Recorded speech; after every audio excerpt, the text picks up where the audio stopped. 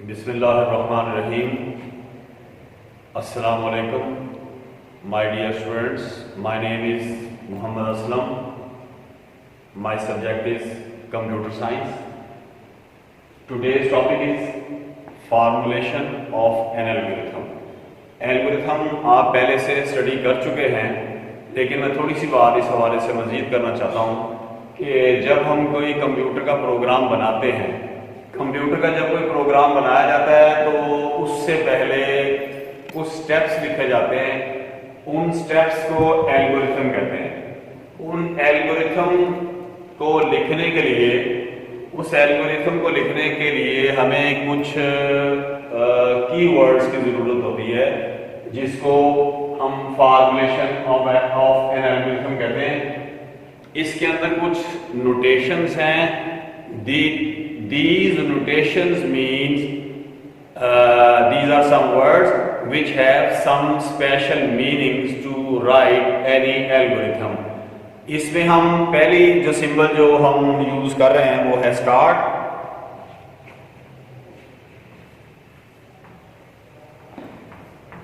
जब भी हम कोई तो स्टार्ट का जो कीवर्ड है, जब हम एल्गोरिथम लिखेंगे, कोई भी काम हम स्टार्ट करते हैं तो उसके लिए हमें ये बताना कंप्यूटर में ज़रूरी होता है कि ये प्रोग्राम या ये जो एल्गोरिथम है ये यहाँ से स्टार्ट हो रहा है। तो इसके लिए जो बुक के अंदर एक डेफिनेशन दी हुई है कि it is starting point of an algorithm, यानी जब भी हम एल्गोरिथम के स्टेप्स लिखेंगे तो उसके अंदर सबसे पहले जो कीवर्ड हम लिखेंगे वो है स्टार्ट। इसका मैंने आपको बताया कि every algorithm must have one starting और ending point. Number next one is the input. जब आप किसी एल्गोरिथम में ये शो करना चाहें कि आपका कंप्यूटर आपसे डाटा इनपुट करवाना आप चाह रहे हैं, तो एल्गोरिथम असल में स्टेप बाय स्टेप प्रोसीजर होता है जो हम प्रोग्राम लिखने से पहले ये कुछ स्टेप्स लिखते हैं। तो जब आप स्टेप्स लिखेंगे उसके अंदर ये बात समझनी कि ये इनपुट क्या कर रहा है। तो अक्सर लैंग्वेज के अंदर ये इनपुट कमांड या स्कैन ऑफ कमांड्स होती हैं, लेकिन एल्गोरिथम जो है ये कंप्यूटर के ऊपर एग्जीक्यूट या चलता नहीं, बल्कि ये कंप्यूटर की प्रोग्रामर की अपनी हेल्प के लिए एक स्टेप बाय स्टेप प्रोसीजर होता है, जिससे प्रोग्रामर पहले फ्लो ये बनाता है, एल्गोरिथम बनाता है। एल्गोरिथम बनाने के बाद इसको देख देख कर वो प्रोग्राम लिखता है। तो इनपुट हम जहां भी नोटेशन हम लिखेंगे तो इसका मतलब ये होगा कि हम यहां कंप्यूटर कोई वैल्यू एक्सेप्ट कर रहा है, आपसे मांग रहा है। Next one is set. इस टेबल में जो नेक्स्ट पॉइंट हमारे पास है वो है सेट। सेट का मतलब ये है कि अगर हमने कोई कैलकुलेशन करनी हो तो हम इस तरह से कैलकुलेशन करते हैं। मिसाल के तौर पे sum equal to a plus b plus c. तो कंप्यूटर में इस तरह की स्टेटमेंट एग्जीक्यूट हो जाती है, लेकिन जो हमारे पास एल्गोरिथम है ये क्योंकि कुछ स्टेप्स होते हैं और इन स्टेप्स के अंदर ये स्टेप्स कंप्यूटर में एग्जीक्यूट नहीं होते, ये just help the programmer to write the program. तो इसको हम सेट के लिए हम मिसाल के तौर पे अगर हम एवरेज निकालना चाहें किसी चीज की या सम कैलकुलेट करना चाहें तो हम लिखेंगे सेट। इस स्टेटमेंट को इस शक्ल में लिखेंगे, set to a plus b plus c, यानी इस तरह से लिखेंगे। बस these statements are not executable, लेकिन ये स्टेटमेंट एग्जीक्यूट होती हैं। ये स्टेप्स कंप्यूटर प्रोग्रामर अपनी हेल्प के लिए लिखता है प्रोग्राम को लिखने से पहले। तो ये सेट के हवाले से हम बात कर चुके हैं। नेक्स्ट हमारे पास है इफ का कीवर्ड, और ये दो तरह से ये कीवर्ड्स हैं। एक सिंपल इफ है जिसको अगर कहते हैं। कंप्यूटर के अंदर कंप्यूटर असल में डिसीजन मेकिंग करता है। डिसीजन मेकिंग का मतलब कि ये फैसला करने की सलाहियत कंप्यूटर रखता है, जैसे ह्यूमन बीइंग फैसला करते हैं। तो पहले तो मैं ये बताऊं कि what is the decision making. Decision making means selecting one option among more than one option. कि if there are many options are given तो you have to select only one।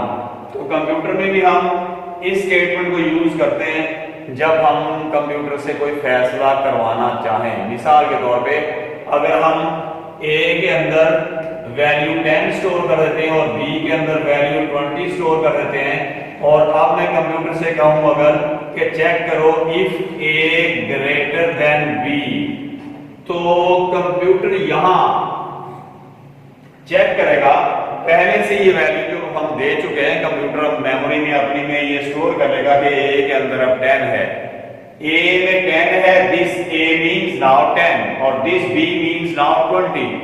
तो जब कंप्यूटर यहां इसको टेस्ट करेगा तो इसका मतलब वो चेक कर रहा है कि क्या A बड़ा है B से। तो इस तरह की स्टेटमेंट दो जवाब के अलावा कोई जवाब रिटर्न नहीं करती। या तो ये स्टेटमेंट ट्रू रिटर्न करेगी या ये स्टेटमेंट फॉल्स रिटर्न करेगी। मुख्तलिफ मैथ के क्वेश्चंस कोई ना कोई वैल्यू आफ्टर इवैल्यूएशन और कैलकुलेशन कोई ना कोई वैल्यू रिटर्न करते हैं, but this type of statement just only returns true और फॉल्स। अगर ट्रू हो तो हम कहते हैं जी आप print A is greater, otherwise ये एल्स B इज ग्रेटर। इस तरह की स्टेटमेंट को इसमें हम इस्तेमाल करते हैं। तो आप जब ये लेक्चर अटेंड कर रहे हों, सुन रहे हों, तो आप पेज नंबर 17 के ऊपर इफ एल्स के बॉक्स में देखिए, इसमें आपने it is used to check the condition यहां से लेके फॉल्स तक करना आपने। If it is used to check the condition, for example the condition like if A less than B, the statement related with if part are executed, otherwise statements of else part are executed। Clear? Next हमारे पास जो keyword या notation हम पढ़ रहे हैं formulation of N algorithm, उसमें है go to statement. Go to statement का मतलब होता है जाओ किसी स्पेसिफाइड लाइन नंबर पर। कंप्यूटर के अंदर जो हम प्रोग्राम लिखते हैं उसके अंदर काफी सारी कमांड्स होती हैं और वो किसी न किसी लाइन के ऊपर होती हैं। तो ये स्टेटमेंट इस्तेमाल होती है कि to switch to any specified line number, तो इसलिए ये गो टू स्टेटमेंट इस्तेमाल किया जाता है। असल में इसका मतलब ये भी है कि transfer the control without any condition.